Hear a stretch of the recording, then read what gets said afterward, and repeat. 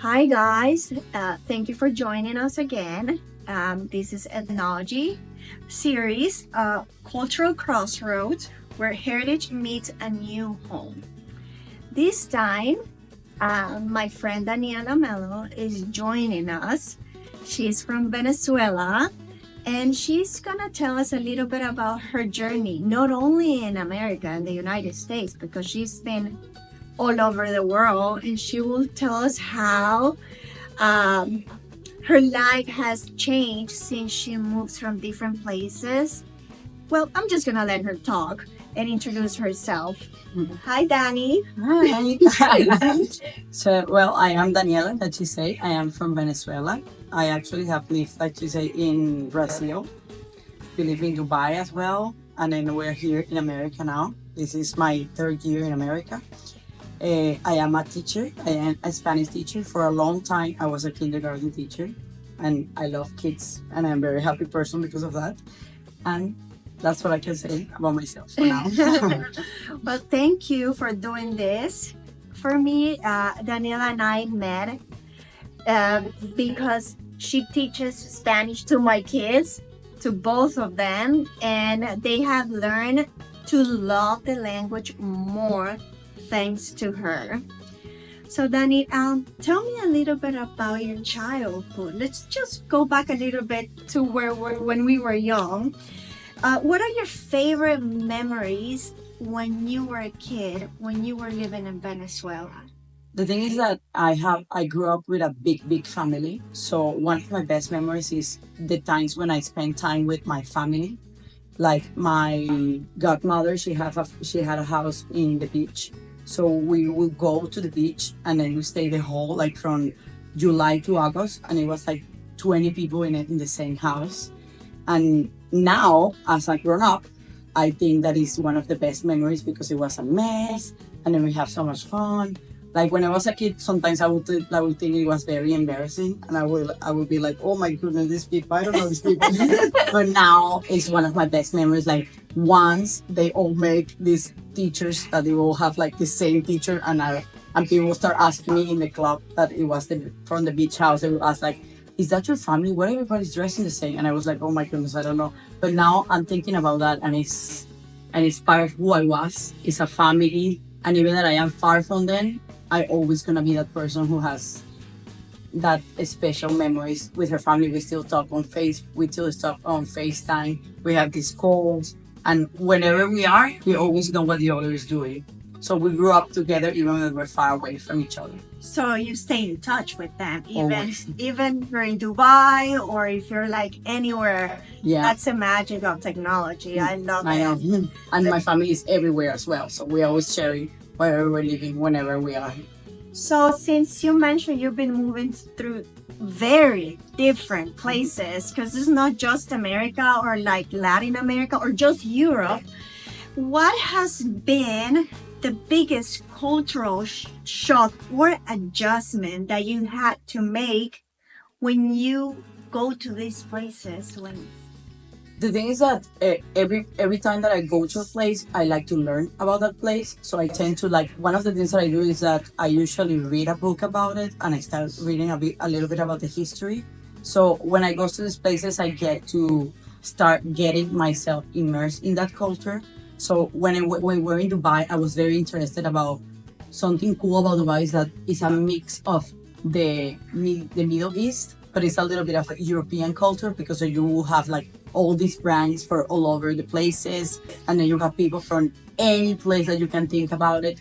Brazil was a little bit it was a culture shock, but at the same time it was a little bit of things that I leave in my house, because the telenovelas in Brazil were something that came to Venezuela, and people will watch it a lot.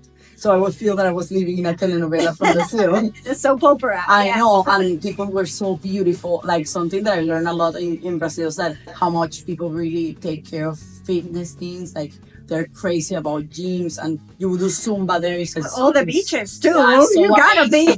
Best dresses in the world. Women are so beautiful there. So I feel that more than a culture shock, for me, it's a cultural experience. Like every time that I go to a place, and not only when I live there, when I go to travel, I have the the opportunity to immerse myself and be part of a different culture. So I think that's beautiful. For me, it's growing. Because you also know that it's kind of temporary, right? Yeah, that's part of it. And you just want to have a taste and feel where you're living, even though you also love where you're coming from, you also want to get a little bit of it and learn about their culture, right? And I feel that every time that I am at a place, a little bit of me takes that. So I become, it's that I will never forget that I am Venezuelan and I'm proud of being Venezuela. I have a little bit of Brazil in me.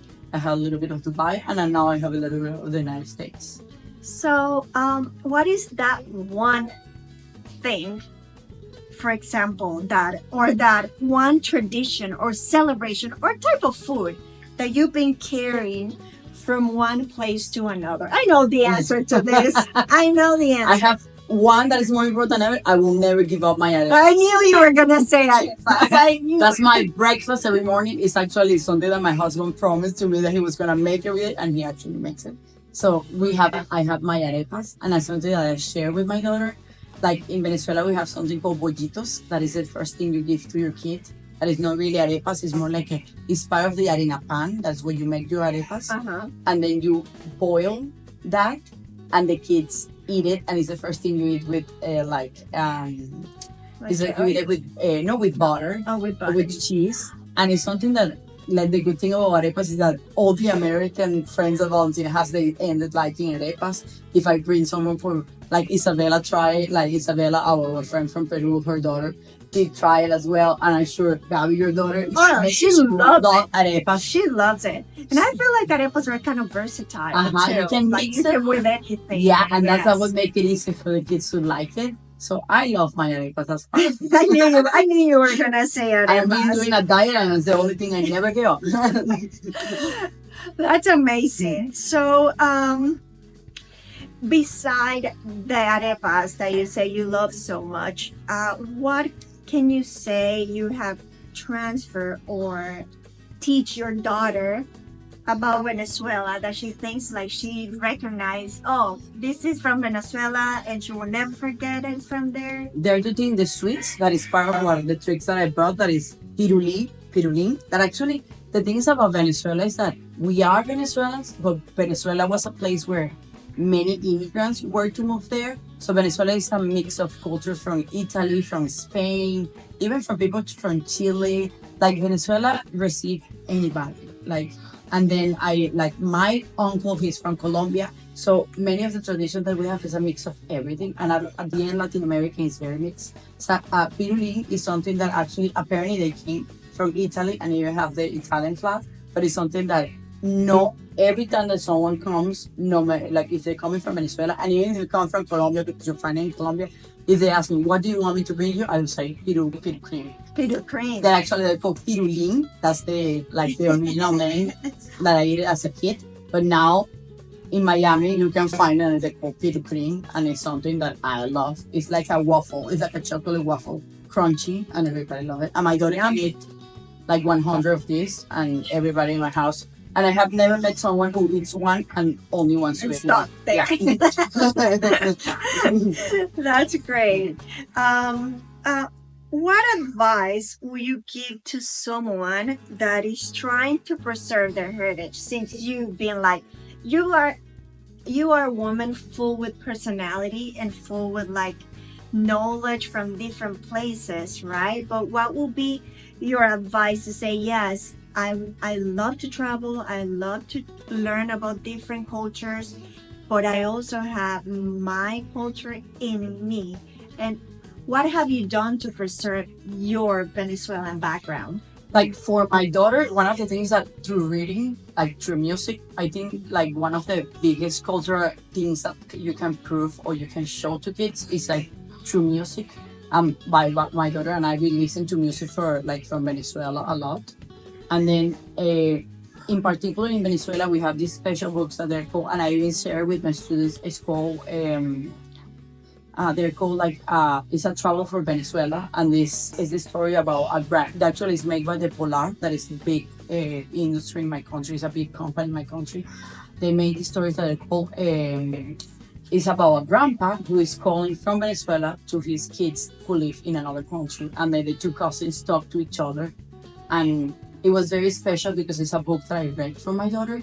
So I'll say that many of the things that I did to about to stay connected is read for her in the nights. I read many of the books that I read as a kid. I sang for there many of the songs that I sing as a kid. And another thing is that always keep in touch with your family. And my grandma, my mom, and my grandma actually, they're a big deal of talking to my daughter and talking a little bit because, like, I feel that your grandparents, your parents, they are a lot of your history, and they can tell you, they can share with your kids beautiful stories about your childhood. That's something that I remember having with my own grandma. Like I would lay down with her in the bed and she would tell me stories about my family. So I try to keep that for my mom, try to her to have conversations with her. I think that's very important as well.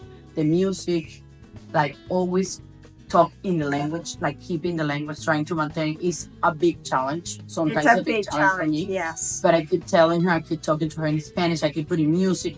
With like now that she's 11, it's a big challenge. And you know that as well. It's big, yeah. It gets harder and harder. Harder and harder, but I keep insisting, and then that's what we'll keep doing. Like for her not to forget the beautiful thing that is being a Latina woman and how beautiful it is to speak other languages.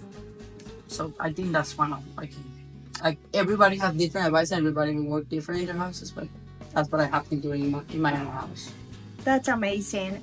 Well, thank you for doing this. I love this conversation. I think we can keep talking and talking and sharing all our experiences, which we hope that this might help other families that either they are just moving, right? Or they have family overseas too, that they understand that being an immigrant in this country, it has a lot of challenges. It's not easy, yet rewarding. But the most important is trying to preserve our culture.